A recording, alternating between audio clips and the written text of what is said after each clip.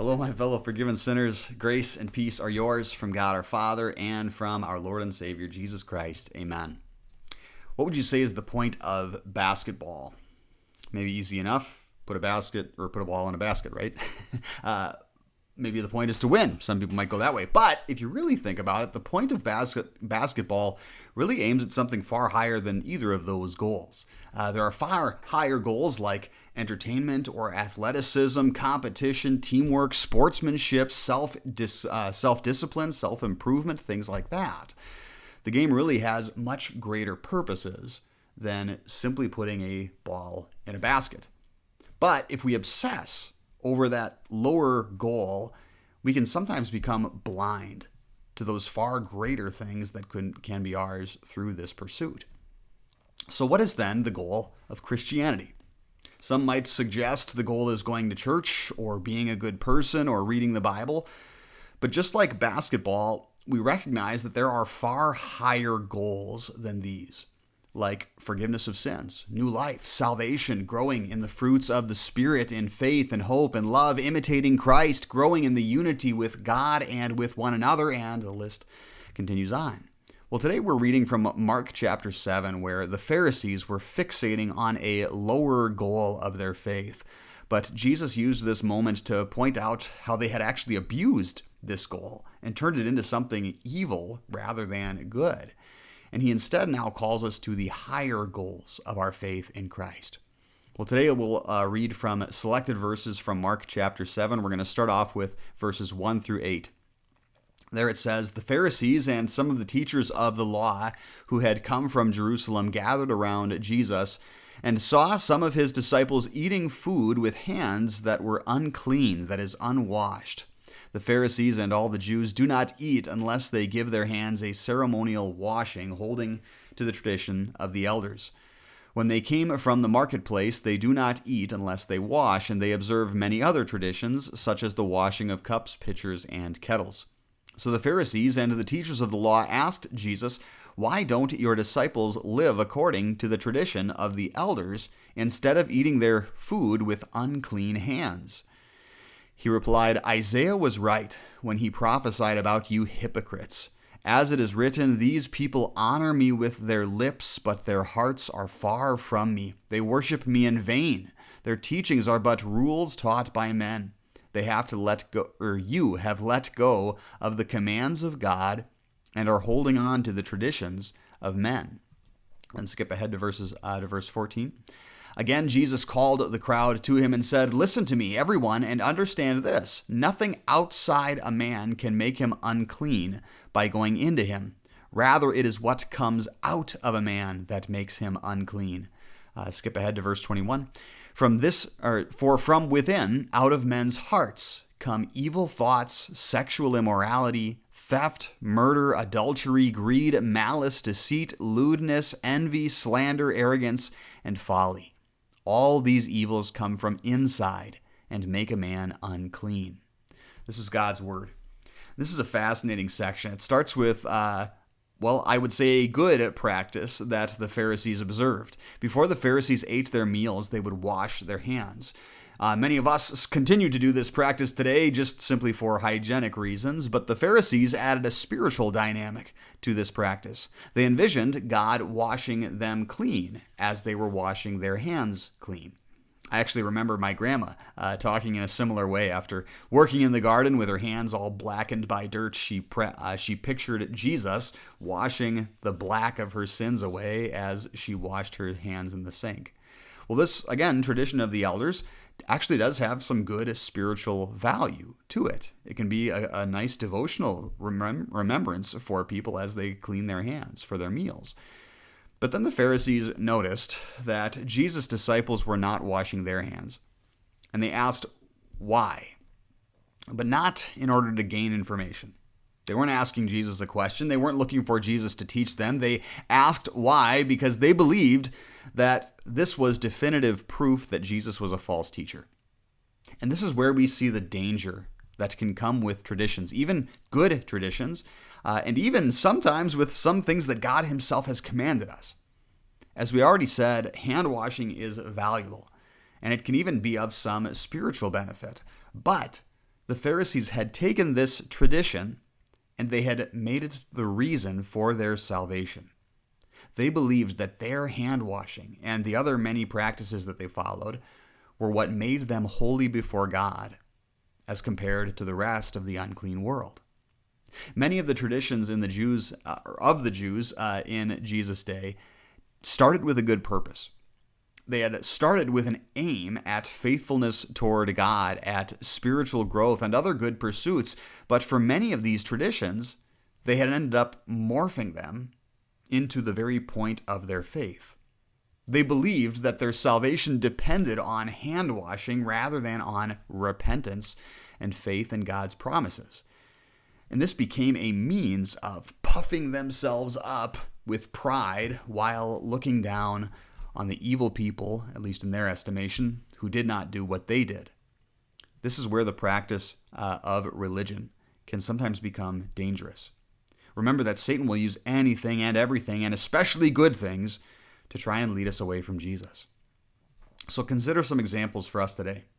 It can be very valuable, for example, to pray before you eat your meals, but it does not make you right with God, does it? And yet, I hear people speaking about praying before their meals as a proof of their justification before God. This also applies to commands that God has given us. God does, for example, want us to gather for worship with our fellow Christians. But as soon as you use church attendance as a proof of your righteousness, well, now you're trusting in your own self-righteousness rather than in Jesus. I hear some people say they don't need to attend church or Bible study because they're a good person. Once again, do you see the problem there? Again, certainly God does command us to do what is right. He wants us to love him with all our heart, soul, strength, and mind, to love our neighbor as ourselves. But when my actions, when my own estimation that I am a good person, when this becomes the source of my salvation, I'm no longer looking at Jesus, am I? And on that point, if I say I can ignore certain parts of God's word because I follow other parts of God's word, right? If I say, okay, I don't have to obey God's command to gather with fellow believers because I'm doing these other commands here. Once again, I am rejecting God's word, which says all must repent, right? Our spiritual rituals and even our obedience to God can very easily become idols for us. But if they lead us away from repentance, if they lead us away from Jesus, if they would lead us away from faith in the promises of God, then they can actually lead us to hell, even while we claim to be so faithful. Back in Mark chapter 7, notice Jesus' response to the Pharisees. He quotes from Isaiah 29:13, where God condemned just such people. This is a serious danger for all of us, especially as we try to practice our faith. Today we live in a time of ecumenism. That basically means the desire to find unity across church denominations, that all Christianity might be united in some way, shape, or form. And our pluralistic culture that we live in, that wants to say, well, everybody can get to heaven in their own personal way, right? They reject the truth claims of the scriptures, of Jesus himself. But our pluralistic culture loves this idea that we can all just be united, and we put a high premium on that unity. But here's the problem with that unity. The unity has to have a foundation. And our unity must be in Christ. But the problem that I often see with the calls for unity is often that this call for unity comes in the form of self-righteousness. For example, many people will say, all that matters is being a good person, so why should we make all these divisions among the church? Notice where they're pointing. They're pointing to their own self-righteousness as the foundation for this unity. They're pointing to something that takes us away from Jesus in order to find unity for Christians. Again, that's silly. That doesn't make any sense. In addition, as we see the world getting more and more ungodly and pushing back more and more against Christianity, again, this also is waking up many Christians to the need for us to gather together, to be unified. Again, there's a purpose, there's a good to that unity. But often when we grasp for unity in a more desperate way, we end up reaching into unwise places. For example, just because someone says or does something that seems Christian, well, that doesn't mean that they are Christian. Again, the Pharisees in Jesus' day, they looked very faithful. They looked very godly. They said all the right things. But their outward appearance, their outward actions did not prove right on the inside. Many people assumed they were right with God, but Jesus revealed that they were actually quite far from God. So too in our day. As we look around, as we have a desire to find more and more Christians to gather together with fellow believers, we have to be careful to assume that just because someone looks godly on the outside, that doesn't mean they actually do believe in Jesus Christ as their Lord and Savior. In the same way, we ought to examine ourselves. Are we trusting in our performance? Or are we instead trusting in our rituals? Are we trusting in these things rather than trusting in Jesus? Do our actions become an excuse for us to ignore certain parts of God's Word? Do I reject spiritual growth? Do I refuse to obey some of God's commands because I've already obeyed these commands over here?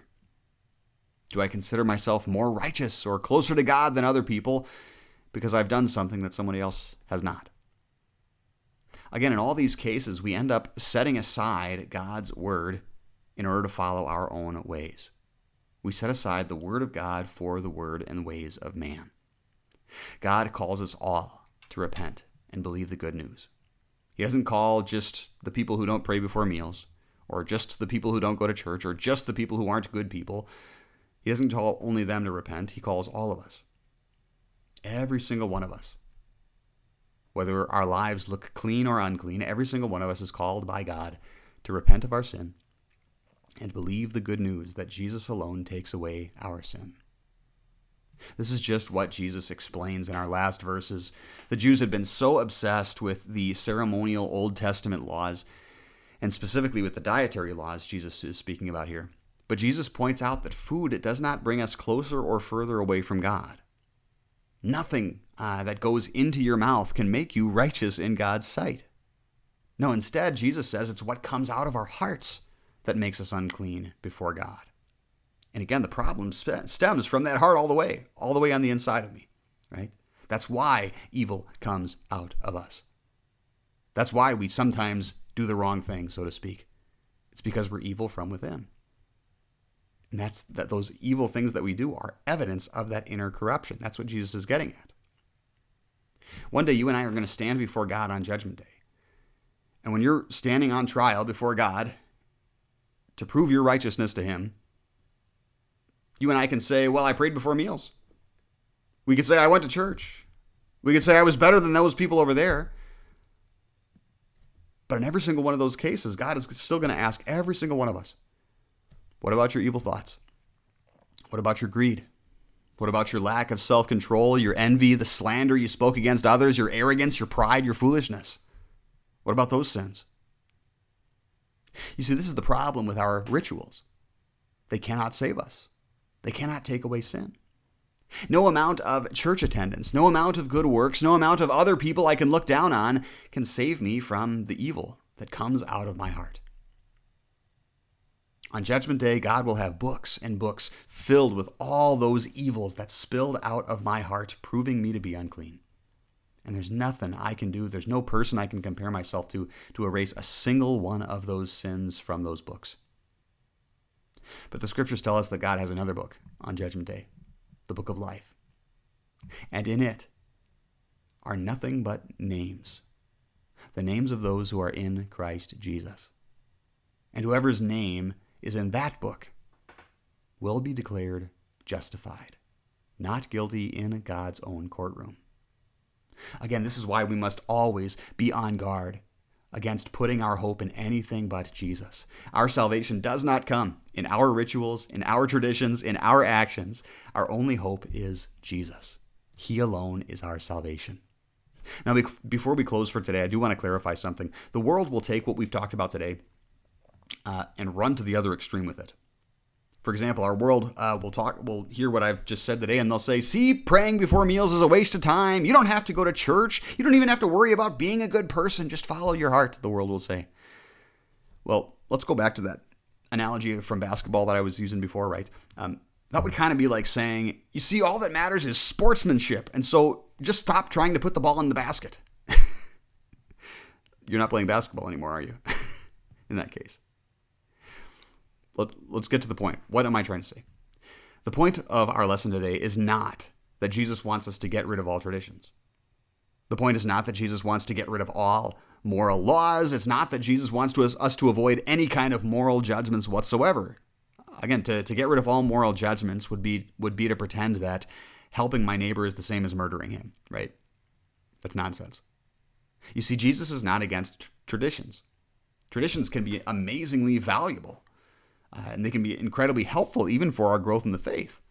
But we need to be on guard against their misuse, and we can never, ever let our traditions get in the way of what God himself says. Jesus is not against the commands that he gives us, the ways that he wants us to live, right? There are certain ways that God wants us to live, and there are certain ways that God does not want us to live. Again, it's good to live in the ways that God commands. These things glorify God. They help our neighbor. We also, and so we should do them. But we cannot slip into self-righteousness. And we cannot allow that self-righteousness to lead us to forget repentance and faith. Furthermore, God does want us to make moral judgments. He wants us to recognize which people show us how to live more Christ-like and which people show us the opposite. Furthermore, God commands us to call each other to repentance when we are going down an evil path. We wouldn't be able to do that if we couldn't make any moral judgments whatsoever. But Jesus does want us to avoid unjust judgments. He wants us to avoid hypocritical judgments. If I'm a sinner saying somebody else is a sinner, right, then I'm not actually making any real judgment. My sinful way to judge people is to judge them based on my whims. But if I can judge based on the Word of God, based on something that is objective, well, then I can recognize I am a sinner in desperate need of grace, just like everybody else. But with that understanding, I am allowed to make right judgments. I can say, that murder is wrong. That helping of my neighbor, that's a good thing. I should do more of that, right? We can make those judgments. Those are good ones, instead of making hypocritical and unfair judgments. My dear brothers and sisters in Christ, if you play basketball, I hope you do put the ball in the basket. But I hope even more that you can aspire to the higher things that the sport offers. In the same way, I pray that you do continue praying, continue gathering with your fellow believers at church, and continue doing the good that God calls you to do. But may we never forget what Christianity is about. It is about Jesus Christ. He alone is our salvation. He alone takes the sin away from our corrupted hearts, and he alone gives us the strength to live the life he has called us to. Amen. And I say, can't be that easy. And he said, and no, it wasn't easy, but be still and know that I am God. Be still and